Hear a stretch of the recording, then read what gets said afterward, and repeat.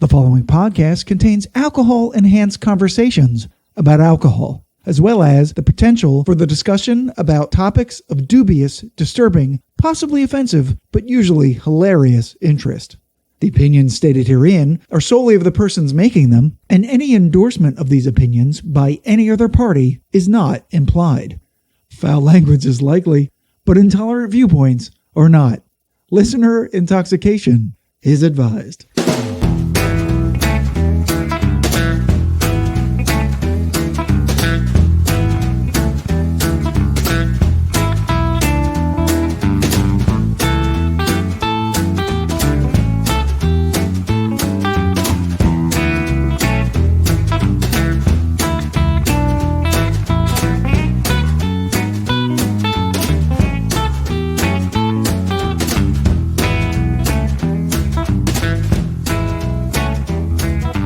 Hello and welcome to episode 25 of the Whiskey Tangent Podcast. I'm Scott. And I'm Ed. And by now, you're all well aware that if the number of the episode is evenly divisible by 5, then we're serving up some whiskey cocktails. That's right, 5, 10, 15, 20, and today's episode is 25.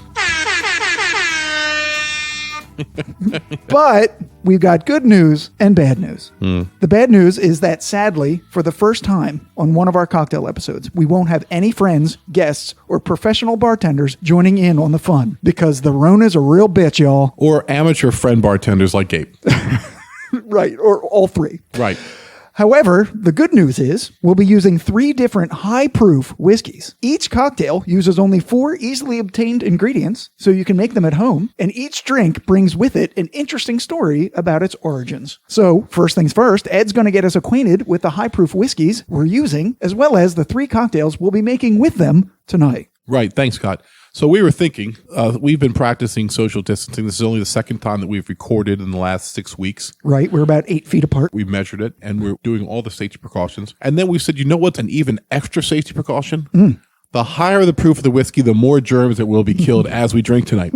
So we decided to go with high proof cocktails because some people feel like it's a sacrilege, if you will, to use higher proof spirits in drinks. For people who feel that maybe the vermouth or the simple syrup takes away too much of the whiskey, having the extra proof there makes a difference. So the first one will be a whiskey sour made with bourbon simple syrup and lemon juice. And the option of adding egg whites is pretty common, though we're deciding not to. Yes. It doesn't add a heck of a lot to the flavor, but it adds for appearance and frothiness and a little bit of a mouthfeel. Right.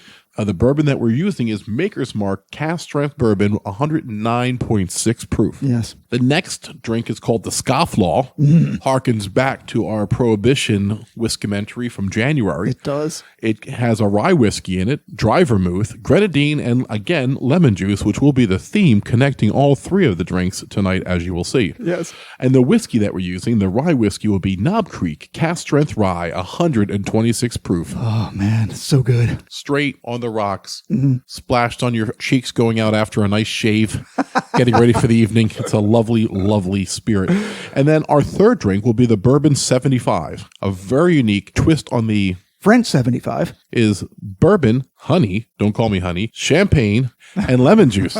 And we're using Old Ezra 7-year bourbon, 117 proof. Yeah. So all of these hit pretty hard, and we're looking to see how they hold up in the different cocktail variations. Right. Does the high proof of the whiskeys overwhelm the rest of the ingredients, or does it hold up to it and it all balances out and it tastes delicious? Right. Now, I should say that what we did is we went on to all of the websites for these liquors, and we took drinks that were created by the companies themselves for their regular proof spirits. So you can go on their websites and see these exact cocktails. Absolutely. Right there. Yeah. And we decided, let's take these, but let's take it up a notch. Right. Let's take it to 11. Right.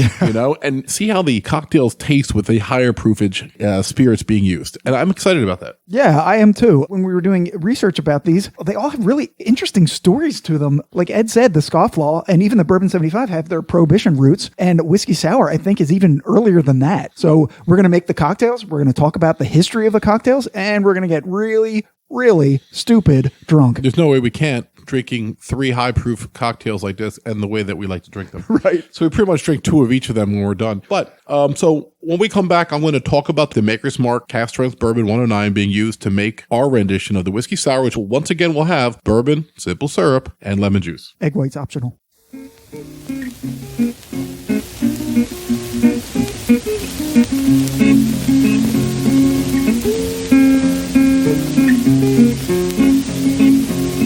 I'm broke and I ain't got a dime.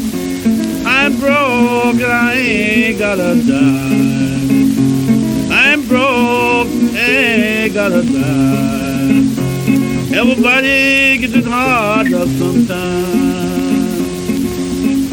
I was standing on East Cairo Street one day. I was standing on East Cairo Street one day. One dime was all I had.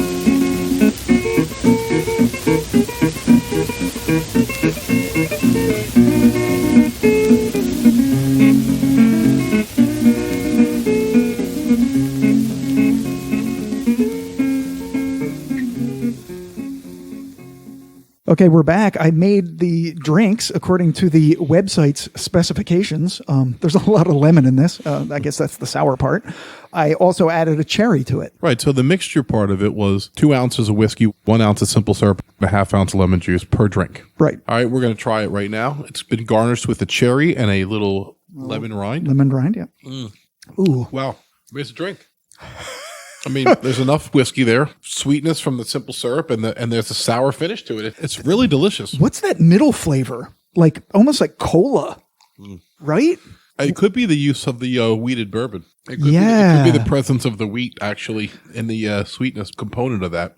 It's sweet in the very beginning, and then there's this strange middle part, and then the sour comes at the end. Well, the middle part's it's going to be the whiskey. Yeah. The simple syrup opens it up. It's sweet. It hits your taste buds first, I think. Then there's the Cask Strength Maker's Mark at 109 sitting there. And then it finishes with a really very lemony, sour aftertaste. But then when you're done swallowing everything, it's still sweet. Yeah. Like it finishes sweet. I almost want to call it like a root beer kind of middle. And yeah, I feel what you're saying, but like Scott said, there's 4 ingredients in here. Traditionally, if you include the egg whites, which we did not. Right.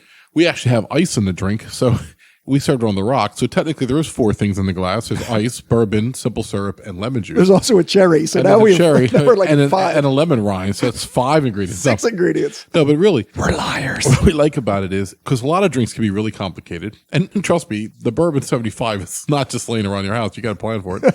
And so same with the Scofflaw. But this one, I mean, in the summertime, put this in a Collins glass if you want. Sitting outside in the sun, these can be really dangerous. Yeah, so it's good. The more I drink it, the more that strange middle taste doesn't bother me as much. I guess I was just kind of thrown off by it because I wasn't expecting it. I see what you're tasting, and it's got to be because of the Maker's Mark. I agree. If we use Bulleit or something in this, it would be completely different. I think. Yeah. What? Oh, looking at me you want to use Bulleit? Because we do have high proof Bulleit. So we'll be right back. We're about to make a No. We can't do that. We have 2 more high proof cocktails and we already had the Widow Jane. You're speaking logical.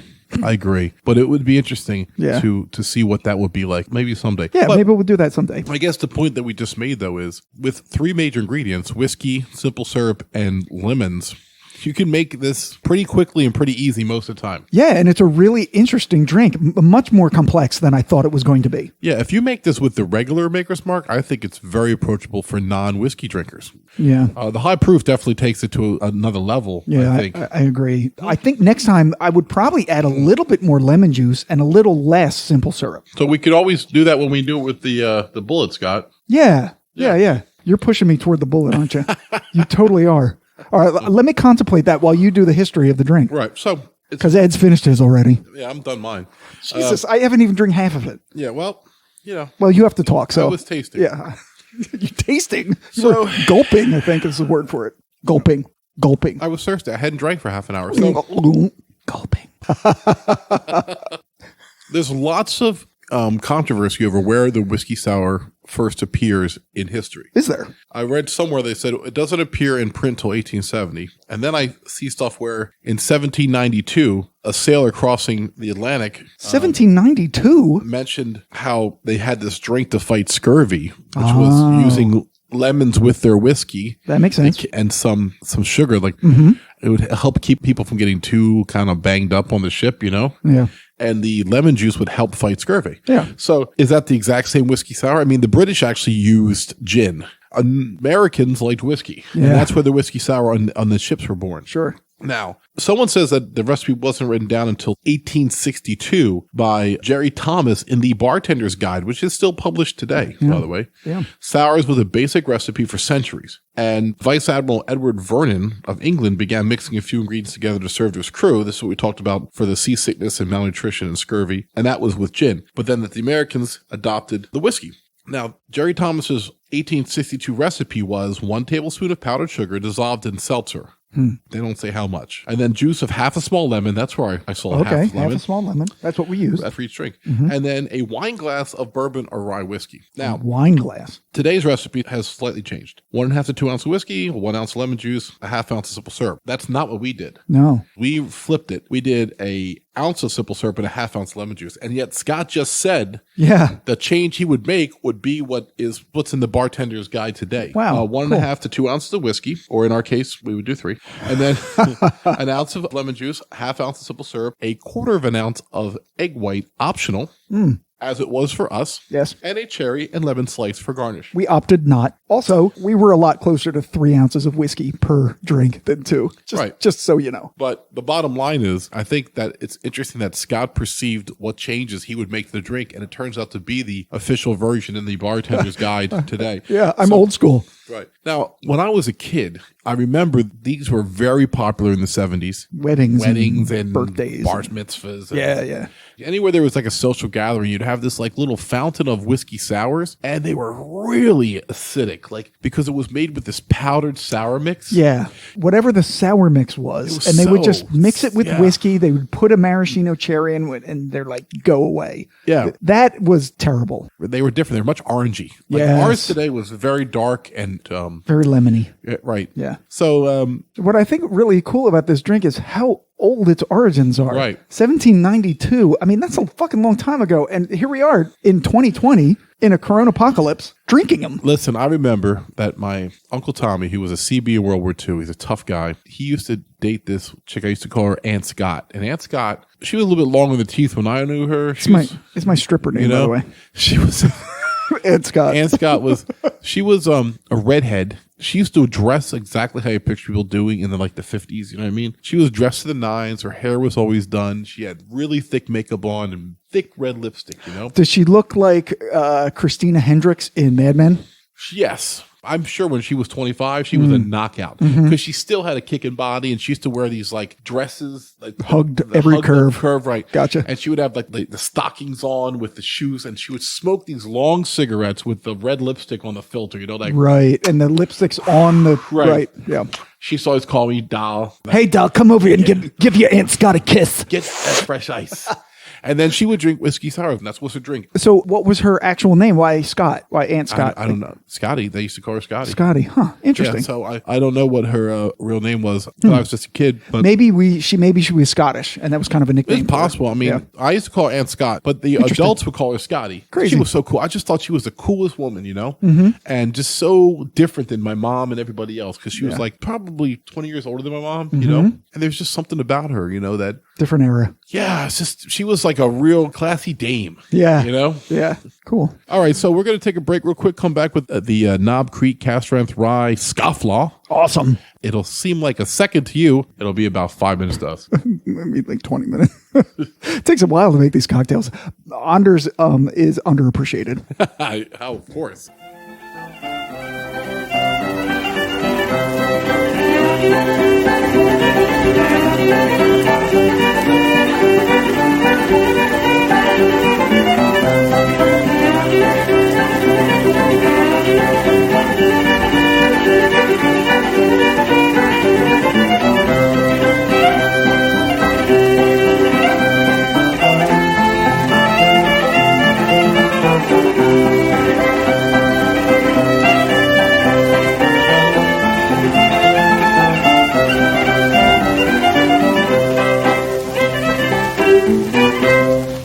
Okay, folks, so here's what happened. We're not doing the Scofflaw just yet. Just yet. So Ed convinced me to make a single drink that we split in half. We're using high-proof Bulleit Bourbon Barrel Strength 125.4 proof. Right. And I made it the same way, just switching out the maker's mark for the Bulleit. And what we also did was we doubled the lemon juice and we cut the simple syrup in half. So what I said is that we did the same thing. We did nothing of the same thing. We did nothing the same. We used a different whiskey. We used different proportions of lemon juice. We excluded egg whites from both of them. We did. And also, there's no lemon rind or ice or cherry. Nah, we're just going straight for the drink at this point. It's very pulpy, I'll tell you that much. Oh, it's very pulpy. And we're just going to go right to it. So this is 125 proof bourbon. Yeah. Oh, that's so much better. Wow. So much better. Yes. Switching the proportion of the lemon juice to the simple syrup is everything. I want to tell you something, though. I think maybe I might go 0.75 and 0.75. Oh, you might do equal. I might do equal. Oh, interesting. It's definitely better than it was, but I need a little more sweetness to finish. Well, I think that's true because you do like things a little sweeter than I do. But you know what? It just kind of settled to the bottom. My second sip was actually much better. Yeah. I have a feeling my third sip's going to be perfection. Your fourth sip, it'll be gone. Yeah, see, now that's a sour. Yeah, like my lips are all like, it's so tart now. Like I'm making the whole Sour Patch Kid face right now. So I'm so glad we did this because this is such a better drink than what we had before. And I'm not getting that weird taste that we were getting with the Maker's Mark. I think it was the wheat. Yeah. The wheat added something, which I didn't find it bad. You did. It was fine. And I also want to point out that we just took this from 109 to 125 proof. All right. Maybe that's why we like it better. The big boys are out playing. And so I'm glad we did it. Yeah. And this is what we do. Right. We get off air and I'm like, come on, you don't want to see what a Bulleit tastes like? Let's just do one drink and split. I'm like, oh, right. So, 3 sips. Mine's gone. He's still nursing his over there. But no, I'll finish this and then, oh God, I can't wait to make the Scofflaw. I know. We're going to make the Scofflaw right now. We just had to take a little 10-minute detour and we'll come right back. When I hear that whistle blow, I know the ship and the shore. Ain't but one man in this world that can satisfy me. That's the man that leads you rocking on the deep blue sea. I mean the deep blue sea. Okay, so Scott and I are back. We've made the Scofflaw. It is a beautiful, red, delicious-looking drink. It's so fucking red. It's so red. And why is it red? I'll go through the parts again. It's 1.5 parts Knob Creek Rye Cask Strength, 126 proof, 1 part dry vermouth, Yes. 3/4 parts lemon juice, 3/4 part grenadine, and then the option of 2 dashes of orange bitters. Now, what we've elected to do is try it without the bitters, and then we'll add a dash in each of our drinks and see how much that changes the drink. Right. And we've served it up, no ice, in a martini glass. With a expressed lemon peel. It's very lemony. That's really nice. I like it. The proofage is completely gone right now.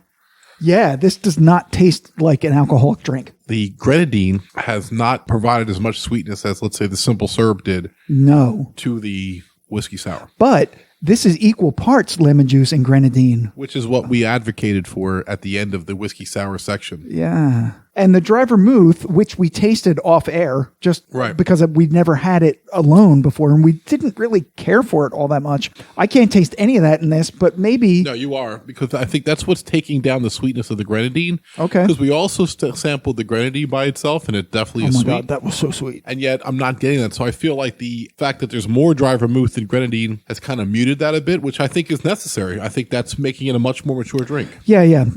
This is terrific. It is sweet, though. It's not as sweet as the first whiskey sour that we made, but it's sweeter than the second one. Right. I just added 3 drops of Woodford Reserve orange bitters. We like it because it has a little eyedropper in it. Yeah. Because I'm never really sure how much of it is a dash. Nobody really knows. Because sometimes, I hit the bitters and I feel like 7 or 8 drops hit. Other times it's like 3. I can't. Yeah, so the Angostura bitters, you can drop them 1 by 1 drops, or you can actually do a dash, which is arm movement. You're going to notice this. Taste it with the bitters. Okay, I will. It definitely adds something, bitterness, which is different than the tartness, though. Yes, right. It's not sour. It's bitter. Oh, that is bitter. Yeah. Yeah. The bitter definitely adds something to it. Yeah. How many drops you put in? I put in 3. That's what I put in, right? Yeah, and it really gives it a new dimension. Like before, it was sweet and sour. Yeah.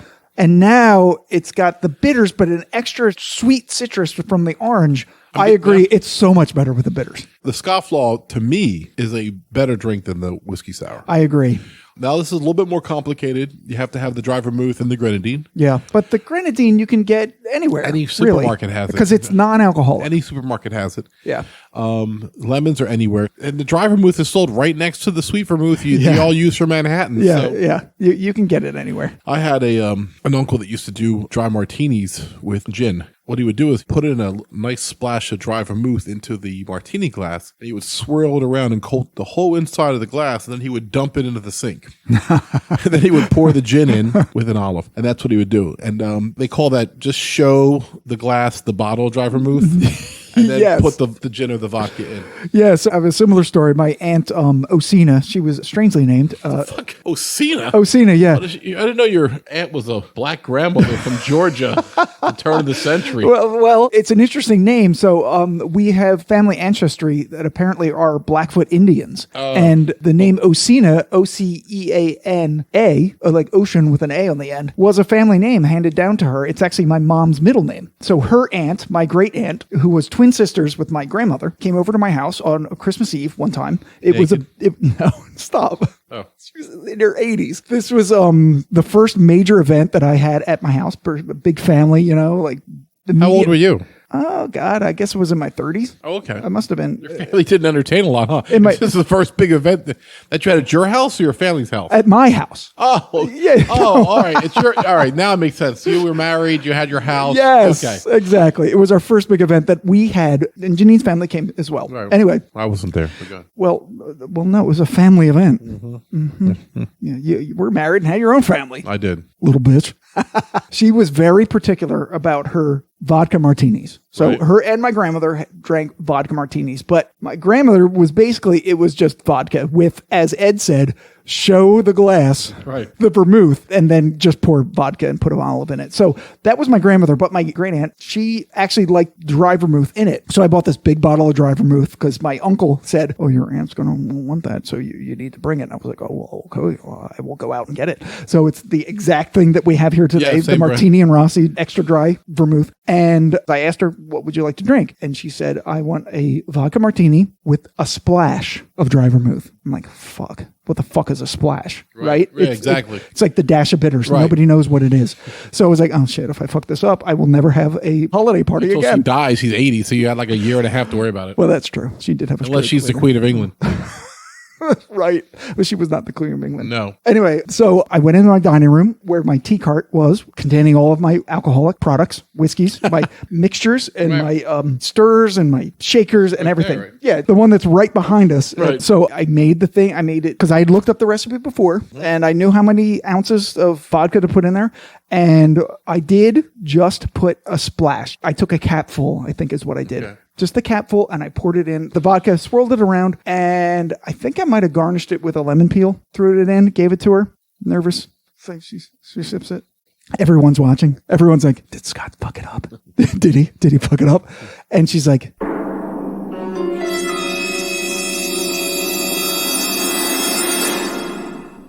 this is one of the best vodka martinis I've ever had. And she's 80, so what does that say, right? That's like the best thing an 80-year-old. If I tell you right, if I'm 80, like I'm gonna live to 80, but if I live to 80, and I said that about this is the best Manhattan I ever had, you should do a backflip. It was one of the best alcohol-related moments of my entire life. It's a great story. It was great. Anyway, yeah, so let's talk about the Scofflaw and the history of it. Well, of course, the Scofflaw comes from Prohibition, which we did our Whiskey-mentary, which I know you all enjoyed, all 4 parts of it, and you've listened to every minute of it because it was riveting.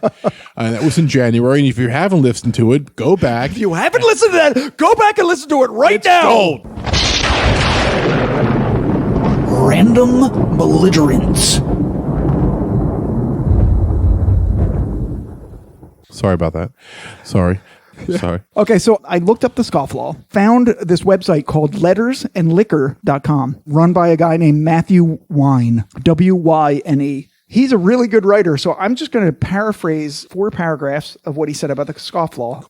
Looking back, it's hard to believe that people believed Prohibition would work. The policy was such a massive failure at so many levels that it's easy for us to say in retrospect, of course it was a disaster. What country would go without alcohol? But I want you to pretend you are a teetotaler. You don't have a taste for alcohol. You've seen its deleterious effects on society, and you decide in your heart, this evil must be rooted out for the good of humanity.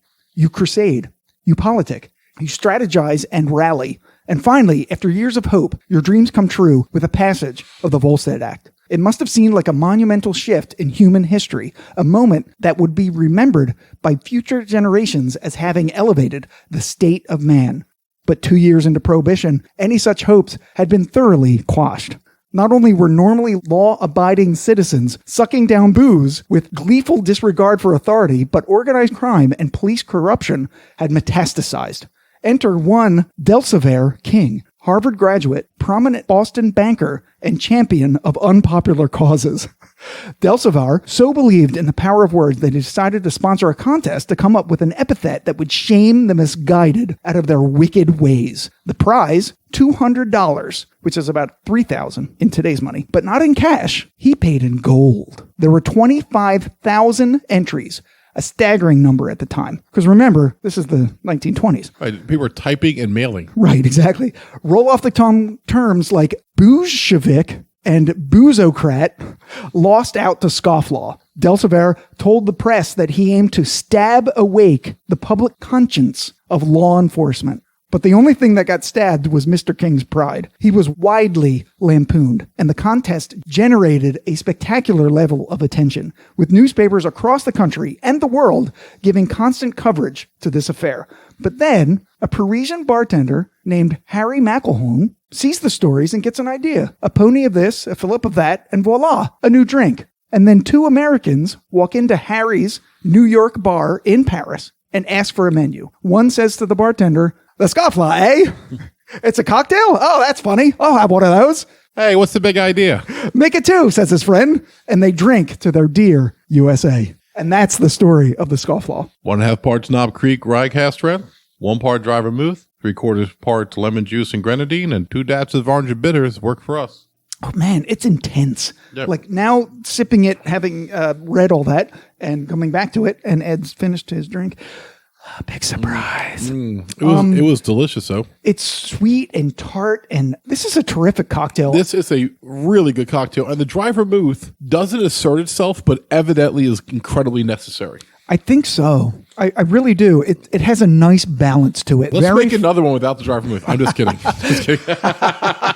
The way I just make up excuses to have more whiskey. I know. This is, with the orange bitters, is now a perfect drink. There's nothing to be done to it. Agreed. It's what we talked about on our very first cocktail episode number 5. We talked about the balance of all the flavors, and I'm sure that Anders is somewhere listening to this at some point and saying yes, because that's the entire premise of being a mixologist. You know, and he's a true artist of the game. Like, he really examines the mixtures, and he's one that really understands the nuance of what a quarter ounce either way can really do to affect a drink. Yeah. In fact, doing this solo is actually giving us more of an education on how important that ratio is. Yeah. So we have one more drink for you tonight. It's going to be the Bourbon 75. Yes.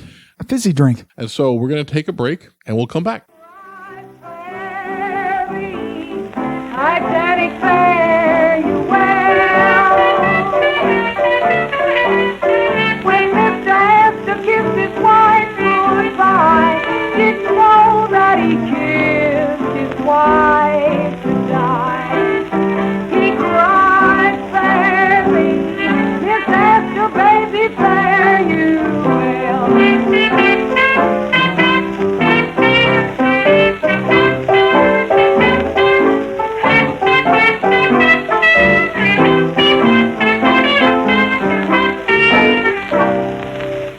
Okay, everybody, so we're back, and I have made the Bourbon 75 with the old Ezra 7-year. What's the proof on that again, Ed? 117 proof. So 117. So I added 1.5 ounces of old Ezra 117 bourbon, half a lemon juiced, half a teaspoon of honey, and 3 ounces of champagne. Which we haven't had yet. We're going to add that in a second. Right, we're going to add it in a second after Ed tells us a little bit about Old Ezra 7-Year. All right, so the company is Luxco. They're a non-distiller producer, so they source their whiskey. They put out a few other ones you might know, Rebel Yell.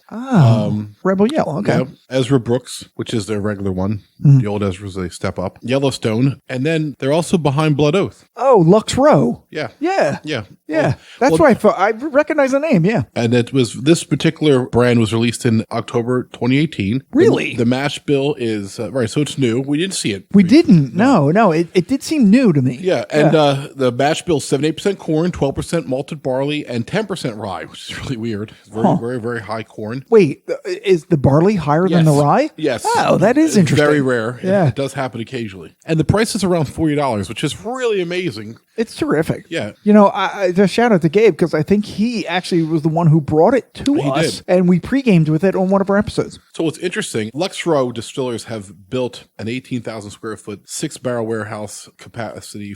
Wait, 6-barrel? Well, it's a 6-barrel warehouses, meaning they have 6 warehouses for barrels. I see. I don't know why. Not a warehouse with 6 barrels in each. They're calling them barrel warehouses. So they have 6 of them. That'd be very small. Right, 18,000 square foot property, 43-foot custom copper still that can produce 3 million gallons of spirits per year. Ooh, damn. The distillery will produce bourbon for the company on its own brands and will replace source products when the bourbons that they're making now come of age. Okay. In the meantime, they're sourcing Old Ezra from where? MGP. Heaven Hill. Oh, damn. Heaven Hill. Stumped.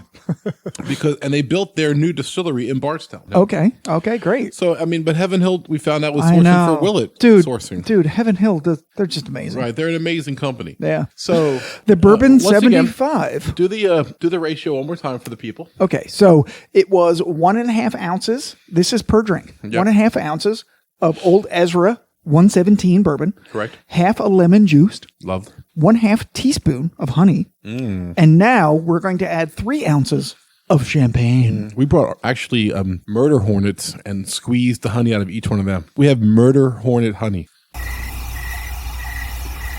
Hornets do not make honey. Hornets do not make honey. Science. I know. That was a joke. Was it? I know who makes honey, bitch. I know what a bee is. You're a bee. You're being a bee right now. Bee. Random Belligerence Ed Edition. So Scott's poured the champagne in now. You're just taking advantage because I'm pouring the champagne and I'm not on microphone. That's right. Bitch. Bee. Just you little bitch. All right. This is the first time I've ever used my champagne flutes. He stole them from his ex-wife. I did. Yep.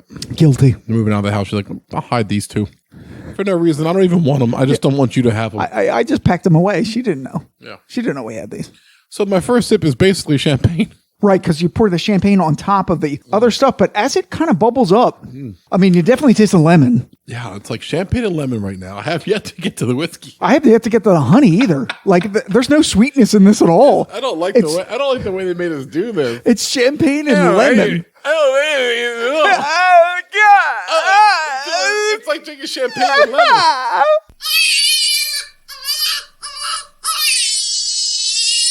Okay, so let's try to get through this. Let's stop it. I mean, you have to drink this one fast to get to the good part. It's like you suck down 1.5 ounces of champagne just to get to the drink. Right. Well, so maybe that's the pleasure of the drink. Like you have to wait to get to the stuff at the bottom. They should call it the foreplay. I love it. The French foreplay. The French foreplay. Yeah. Ooh la la. Yeah. So this drink, the Bourbon 75, is based on a drink called the French 75. Which is served the same way, except both people are topless. But it's right. It's a different drink. It's a different base spirit. So I'm going to give you a little bit of history on this. I figured that I would consult the same expert, lettersandliquor.com, Matthew Wine, as we did the Scofflaw. So he says about this: with its champagne flute, fine bubbles, and demure lemon twist. There's nothing fucking demure about this. It's fucking in your face. It's like getting skull fucked by a lemon. How demure is that? It's not fucking the beer. The French 75 sure doesn't look like it was named after a killing machine. But I suppose a war as brutal as World War I could warp a person's sense of humor. The original French 75 was a highly advanced piece of artillery used to cover an open field with deadly fire, thus making it nearly impossible for enemy infantry to advance upon a well-prepared battalion without heavy cover. The 75 could fire 15 rounds per minute with ease, which was an incredible speed for the time. Once the introduction of trench warfare obviated field-sweeping operations, the 75 was repurposed for delivering toxic gas canisters. So does the cocktail still look chic and sophisticated to you, Ed? Does I'll tell it? you right now. Does it, Ed? Does it? I mean, It's named after a killing machine. I've studied all of the wars, and the Civil War had so much terrible things about it, but there is no war that I would want to, even Vietnam with the jungles and the Japanese island fighting from World War II. No, fuck that shit. That's terrible, but the trench warfare with the gas and the mud, see, every fucking World War I clip or movie, but even real clip that I see is full of a muddy fucking trench. The trenches are like 6 inches of mud everywhere they go. It's a terrible disease-ridden things like trench foot. Yes, The only cool that's what they thing- call it. The only cool thing that came out of World War I is a trench coat. That's the only thing. World War I trench was a coat, terrible right. fucking war. Millions of senseless death. Though I did see cavalry that the horses were trained to flop down when machine guns fired and then pop back up again and start running. That's pretty cool. Even the genteel show Downton Abbey depicted World War I as being fucking terrible. I'm going to tell you right now, World War I is worse than you can even imagine it. It's a terrible, terrible fucking event. Right. It was the transition between the old style kind of war between new stuff with gas canisters like we talked about, the trench warfare, the machine guns like the French 75. Right. Yeah. So this delicious drink, Right. I'm at the bottom now, so I'll be able to taste it. the creation of the drink is widely, that was a terrible segue. The creation of the drink was widely attributed to the same guy who created the Scofflaw, Harry McElhone, in Harry's New York bar in Paris. But interestingly enough, he attributed it to a gentleman named McGarry who worked in the Bucks Club in London. So before that, even the basic recipe was floating around for a long time before it was christened with the name that would bring it popular acclaim.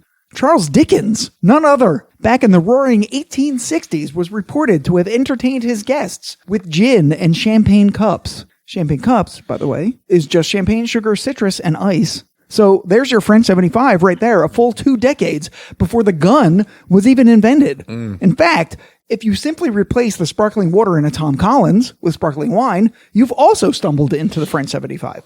And the Tom Collins dates back even further than Charles Dickens. So suffice it to say that this combination had an air of inevitability to it.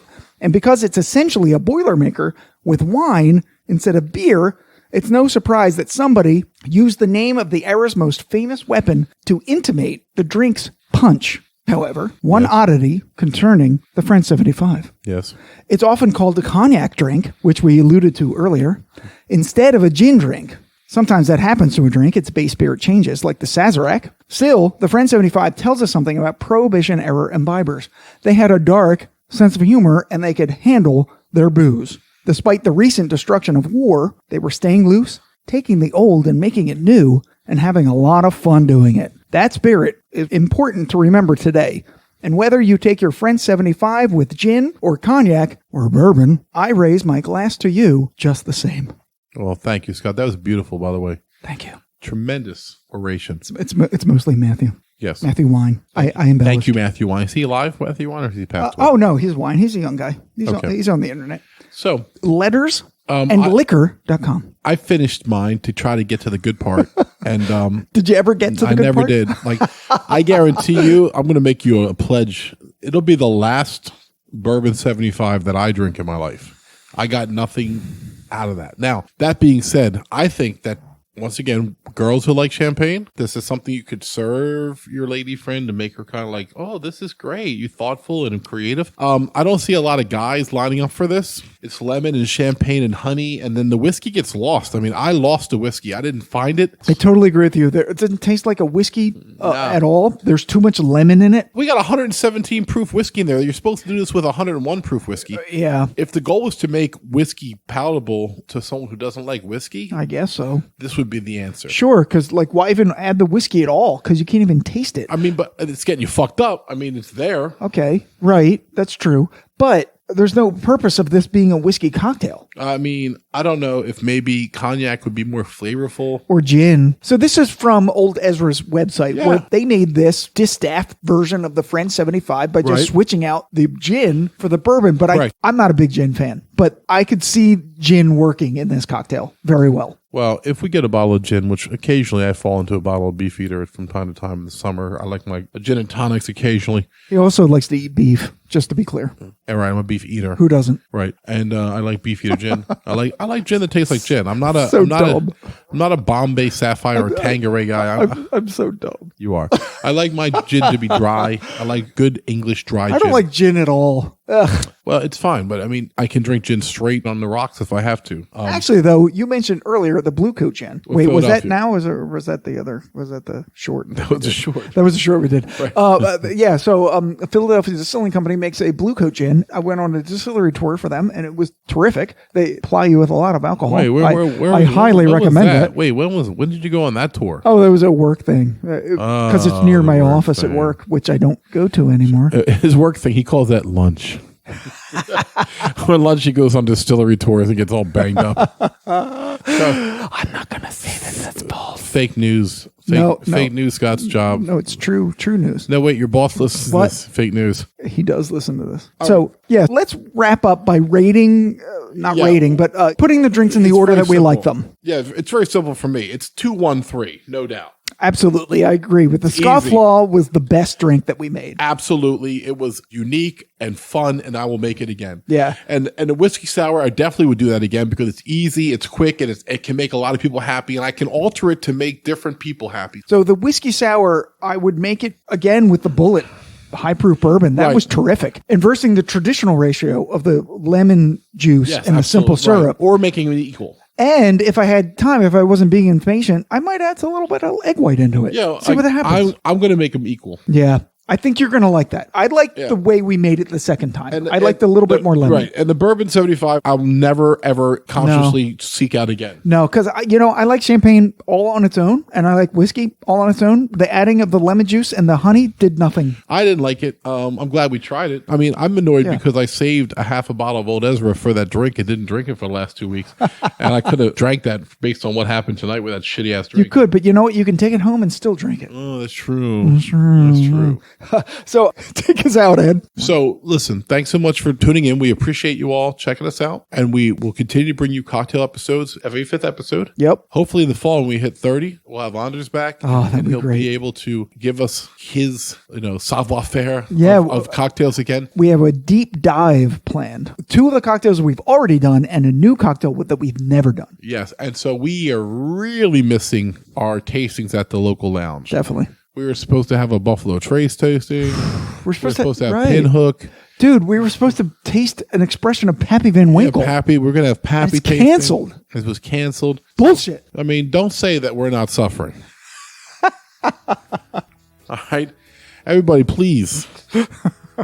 Enjoy your whiskey responsibly to take the edge off this terrible pandemic and quarantine. Yes. Keep yourself safe. Yes. Remember, the last Thursday of the month is off. True. So that our new fans can catch up on some of our older episodes. And you can too, because I know you're behind. Everyone's behind. It's just how it happens. Yo. So thanks for tuning in today. I'm Ed. I'm Scott. We'll see you next time at the Whiskey Tangent Podcast. Be well. Cheers, everyone.